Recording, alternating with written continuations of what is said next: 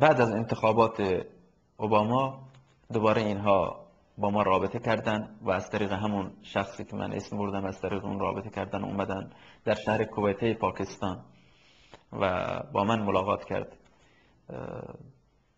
با من ملاقات کردن فکر کنم بعد از این همون درگیری که با ما بود در 17 اسفند نزدیک زاهدان، در اونجا بعد از اون قضیه بود. من در شهر کویته پاکستان بودم که همون سعی اومد و ملاقات کرد و گفت که اونا گفتن که ما میخوایم ملاقات بکنیم. من گفتم ما همینطور گفتم ما وقتی هم برای ملاقات نداریم و در صورت ملاقات میکنیم که اونا قول بدن که با ما کمک بکنن. اگر کمکی نمیکنن ملاقاتی هم در کار نیست. شما با ما همکاری بکنید، ما هرچی مشکلات شما باشه این افراد از زندان آزاد میکنیم، به شما امکانات مالی در اختیارتون میذاریم و امکانات نظامی، اسلحه، مهمات ما برای شما تهیه میکنیم و در اختیارتون میذاریم و پایگاهی هم به شما میدیم در هر جای افغانستان که شما بخواید در مرزهای ایران. اینها رابطه کرده بودن که ما میخوایم با شما ملاقات بکنیم که ما گفته بودیم کجا، اینا گفتن در دبی ما میایم ملاقات میکنیم. بعد یکی از دوستان ما فرستادیم رفت در دبی با اینها ملاقات کرد.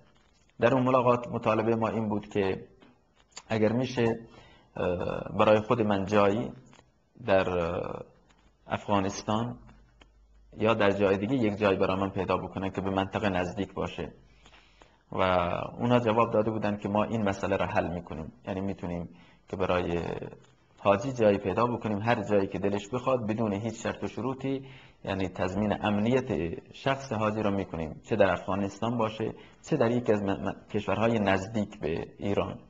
ما میتونیم مستقرش بکنیم و تا اینکه خودش بتونه فعالیتاشو بکنه. این بود که ما حرکت کردیم. اینا گفته بودن ما در اونجا یک پایگاه داریم، پایگاه مناس که در نزدیکی شهر بیشکک اسم داره، در نزدیکی اون هست. در اونجا اون چون که گفته بودن نفر خیلی بزرگی میخواد بیاد و این نفرات خیلی کلان وقتی اگر بیان در کشوری دیگه بالاخره اطلاعات های دیگه مثل اطلاعات امارات یا دیگه این افراد را زیر نظر میگیرن که این شخص به این بزرگی، اشخاص رسمی بزرگی هستن، برای چی اومدن. ولی در اونجا چون که اینا پایگاه دارن این همچین تصوری پیدا نمیشه و این شخص خیلی شخص بزرگ، گفته بودن یکی از مقامات بلند نظامی هست که میخواد بیاد با حاجی ملاقات بکنه و همه چیزها را در اینجا تموم بکنه که آیا میشه این ارتباطات را ارتقا داد یا نه، میشه به اینها دوام داد یا نه.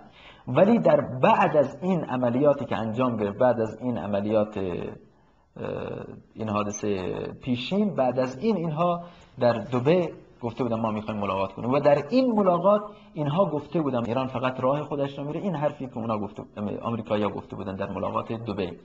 و ما الان موضوع ما موضوع ایرانه، الان نه موضوع القاعده هست و نه موضوع طالبان. ولی این که ما بگیم الان ما برنامه نظامی داریم، نه.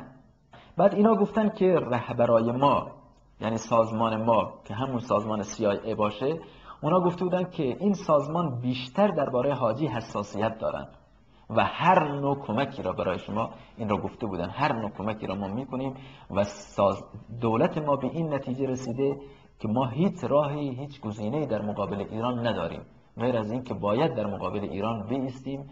و البته گفته بود که این که ما، این حرف این شخص از یکی از مسئولین بلندپایه CIA بود که ما حمله نظامی به ایران بکنیم این خیلی مشکله، ولی ما برنامه داریم که تمام سازمان هایی که مخالف نظام هستن تمام این سازمان ها را کمک بکنیم. البته اون سازمان هایی که پتانسیل و قدرت جنگ را دارن، نه هر سازمانی. و اونا گفته بودن که ما به این نتیجه رسیدیم که گروه شما، سازمان شما این قدرت را داره که بالاخره بتونه سیستم را، نظام را در منطقه به چالش بکشه و مشکلاتی براش ایجاد بکنه.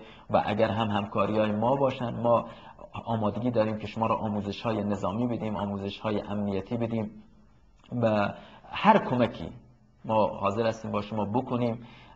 امنیت تلفن را براتون بگیم، روش‌های امنیت تلفن، روش‌های امنیت کامپیوتر و روش استفاده از دیگه ابزارات از تکنولوژی اینها برای شما بگیم و کمک هایی هم که شما بخواید ما میتونیم به شما کمک هایی بکنیم